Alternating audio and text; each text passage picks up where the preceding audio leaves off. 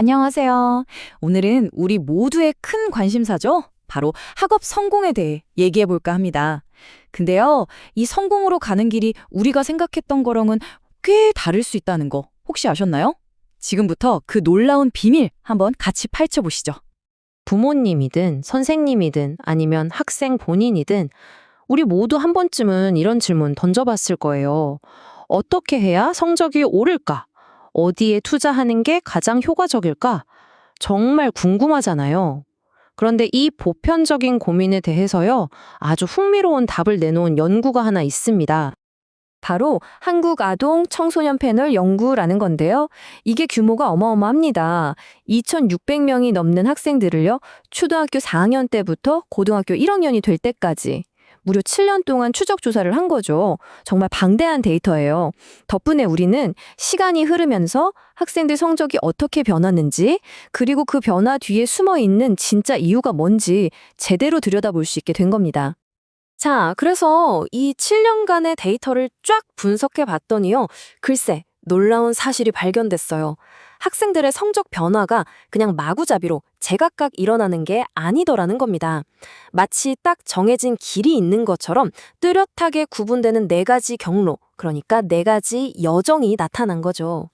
이 결과를 보시면 아마 좀 놀라실 수도 있어요. 가장 많은 비중을 차지한 그룹이 성적이 점차 떨어지는 하락형이었거든요. 무려 63.2%나 됐습니다. 그리고 높은 성적을 쭉 유지하는 학생은 23.8%, 성적이 뚝 떨어지는 급락형이 10.7%, 그리고 우리가 가장 바라는 거죠. 성적이 꾸준히 오르는 상승형은요, 안타깝게도 단 2.2%에 불과했습니다. 자, 여기서부터가 진짜 흥미진진해집니다. 이 표를 한번 보세요. 그냥 성적이 오르고 내리는 것, 그 이상의 이야기가 숨어 있죠. 특히 하락형이랑 급락형 한번 볼까요? 둘 다 출발점은 높았어요. 그런데 그 떨어지는 속도가 완전히 다르다는 말이죠. 대체 이 차이는 어디서부터 오는 걸까요? 네, 바로 그 질문이죠. 도대체 무엇이 이 학생들의 길을 이렇게 다르게 만들었을까? 연구진은 그 답을 찾기 위해서 가장 먼저 학생들의 가정 환경을 살펴보기 시작했습니다.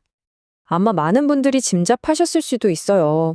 역시나 가정의 사회 경제적 배경이 중요한 변수였습니다. 부모님의 소득이나 학력이 높을수록 아이가 성적을 유지하거나 상승시키는 그룹에 속할 확률이 높았고요. 반대로 성적이 급락한 그룹은 이 배경이 상대적으로 좀 약한 경향을 보였습니다. 하지만요, 돈이 전부는 아니었습니다. 이게 정말 중요한 포인트예요. 데이터를 보니까 부모님의 양육 방식과 아이의 성적 경로 사이에 아주 뚜렷한 연결고리가 보이더라고요. 간단히 말하면 이겁니다. 성적이 급락한 아이들은 부모님의 통제를 더 많이 받았고요.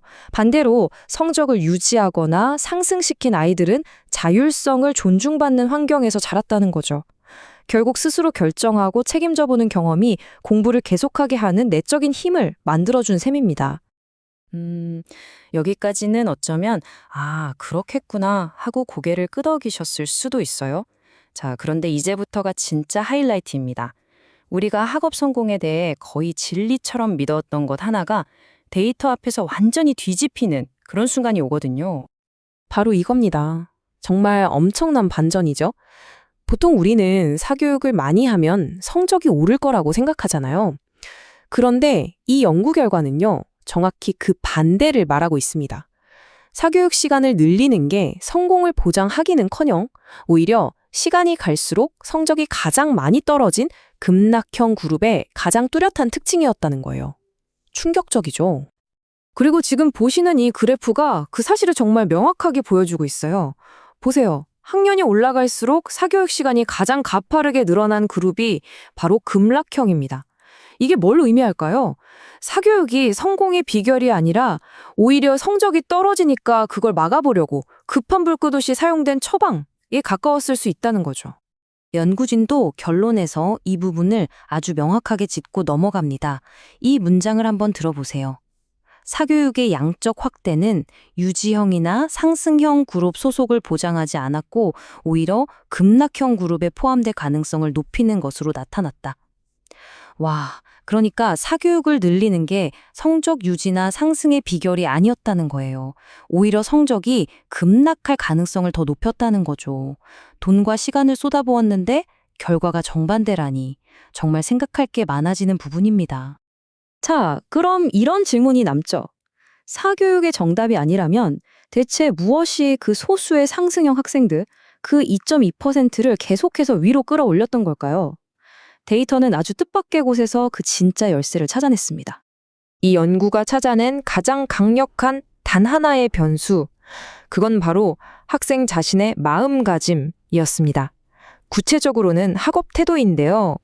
초등학교 때부터 이 긍정적인 학업 태도를 가진 학생은요, 그렇지 않은 학생에 비해 성적이 꾸준히 오르는 상승형 구급에 들어갈 확률이 무려 10.1배나 높았습니다.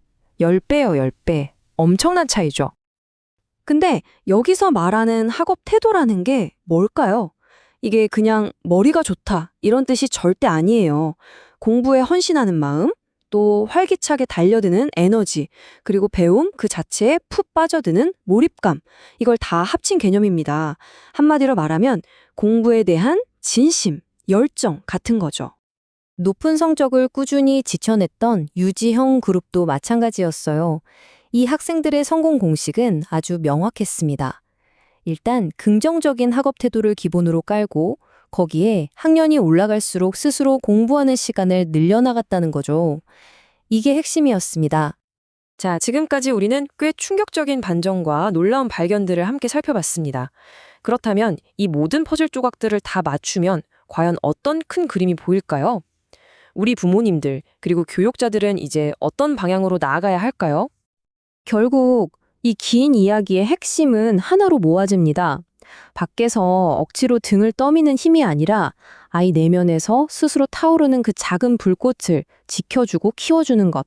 다시 말해 아이의 자율성을 믿어주고 배움 자체를 즐거워할 수 있도록 돕는 것. 이것이야말로 그 어떤 비싼 사교육보다 훨씬 더 확실하고 가치 있는 투자라는 결론에 이르게 되죠. 오늘 내용을 마무리하면서 마지막으로 여러분께 이 질문을 던져보고 싶습니다. 우리가 아이의 성공을 위해서 가장 먼저 챙겨줘야 할 학용품은 과연 비싼 학원 수강증일까요? 아니면 학생 스스로의 긍정적인 태도일까요? 이 연구는 그 답이 어쩌면 우리가 생각하는 것보다 훨씬 가까운 곳, 바로 우리 아이들의 마음속에 있다는 걸 알려주고 있습니다.